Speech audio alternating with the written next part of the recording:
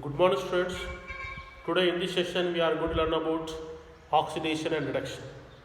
So, my dear students, in your previous class we have discussed about types of chemical changes. They are chemical combination, chemical decomposition, chemical displacement, and chemical double displacement. So, in this session, let us discuss about oxidation. So, my dear students, oxidation is a reaction that involves the addition of oxygen or removal of hydrogen. So what is reduction means what? Reduction is the reaction that involves addition of hydrogen, addition of hydrogen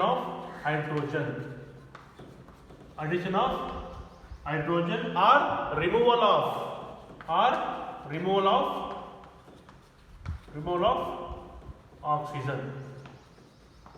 Removal of oxygen are called reduction. So let us try to understand more clearly what is oxidation, what is reduction by a small activity. Children, take about 1 gram of copper powder in a china dish. China dish means, children, like a saucer, small saucer, glass saucer. And keep the china dish on a tripod stand containing wire gauge. Okay, you can draw one tripod stand like this. You just draw one tripod stand. This one tripod stand this is, and you can keep one china dish. Okay, you can collect copper, and here you can observe here. You can heat the contents with the help of a spirit lamp. Now keep the china dish on a tripod stand containing wire gauge and heat it with a Bunsen burner or with a spirit lamp. Definitely we find some changes in the color of copper. My dear children, initially the copper was blue in color, but on heating it turns into black color. So we notice that the surface of the layer of copper becomes black. Why does the color of the copper changes? What is the black color product formed on the surface of copper? So here, let us see if we write the equation. Children, we have taken copper plus oxygen because it was burned in the presence of oxygen only.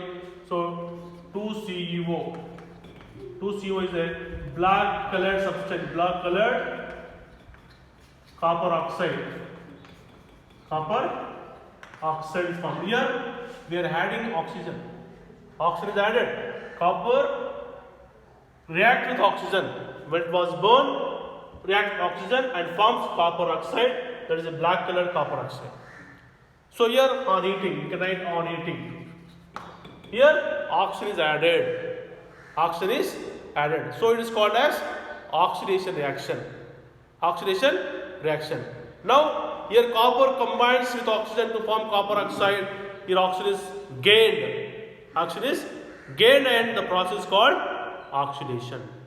Gained or added, both are same.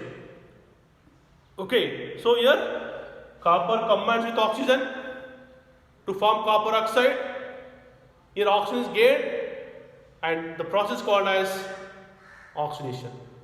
Now, if you pass hydrogen gas over hot copper oxide, now for example, see, copper oxide is there, CuO plus passing hydrogen gas. If we pass hydrogen gas over hot copper oxide obtained in the above activity and observe the changes, what changes will take place here? So here, simple children, 2Cu plus H2O. 2Cu plus H2O will form. So this is also on passing hydrogen gas, on passing H2 gas. Okay, copper and water. Copper and what is formed when the hydrogen gas passes to the copper oxide. So when what do you observe? What do you observe, my dear children? So when copper oxide Cu plus H2O, if you do not write this also no problem. Cu plus H2O, copper oxide plus hydrogen gas. So here addition of hydrogen and removal of, we are removing oxygen from here, removal of oxygen, removal of oxygen or addition of hydrogen, and this is called reduction. This is called reduction. So you will notice that the black coating on copper turns brown because copper oxide loses oxygen to form copper. In this process, oxygen is lost, and the process is called reduction. So in this reaction, hydrogen is gained. In this reaction, hydrogen is gained. So this is called as reduction. It's called as reduction. So generally, oxidation and reduction especially occur the same reaction. So if one reactant gets oxidized, the other gets reduced. Such reactions are called oxidation reduction reactions, or redox reactions are called as redox reactions. Redox reactions, because both oxidation and reduction will simultaneously takes place in one reaction only. So many examples also we can give. For example, say 2Fe2O plus 3C gives us to 4Fe plus 3CO2, or 2PbO lead oxide plus C gives us to 2Pb plus CO2. So these are the examples for oxidation and reduction reactions. So my dear children, you know very well, have you observed the effects of oxidation reaction in daily life? What are the effects of oxidation in our daily life? First effect is corrosion. CORROSION, corrosion. So corrosion means generally, children, you know, suppose it is common experience. You might have observed that a freshly cut apple turns brown after some time. If you cut a apple and after some time you can observe the surface of the apple become brown, or the shining of iron particles gradually become reddish brown when left for some time. Burning of crackers produce dazzling light with white fumes. So this all takes place because of oxidation only. Because of oxidation, they absorb oxygen. Generally, when iron particles are exposed into the atmosphere, after few days or after 1 month or 2 months, if you observe the iron particles, you can observe formation of reddish brown color on the surface of the iron particle. That is nothing but formation of iron oxide. Rust. This is called as rust because of reaction with oxygen. Because of reaction with the oxygen. When react with oxygen, it produces oxides. So these changes occurs. They're all the example of the process called oxidation. And oxidation is the reaction of oxygen molecule to different substances, starting from the metal to living tissue which may come in contact with it. Generally, apples, pears, bananas, potatoes, etc. contain enzymes called polyphenol oxides or tyrosinase, which reacts with oxygen and changes the color on the cut surface of the fruits.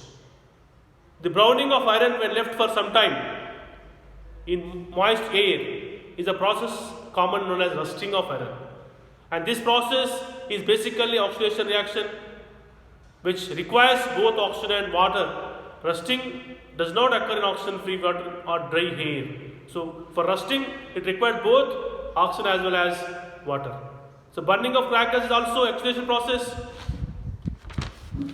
Oxidation process, iron, especially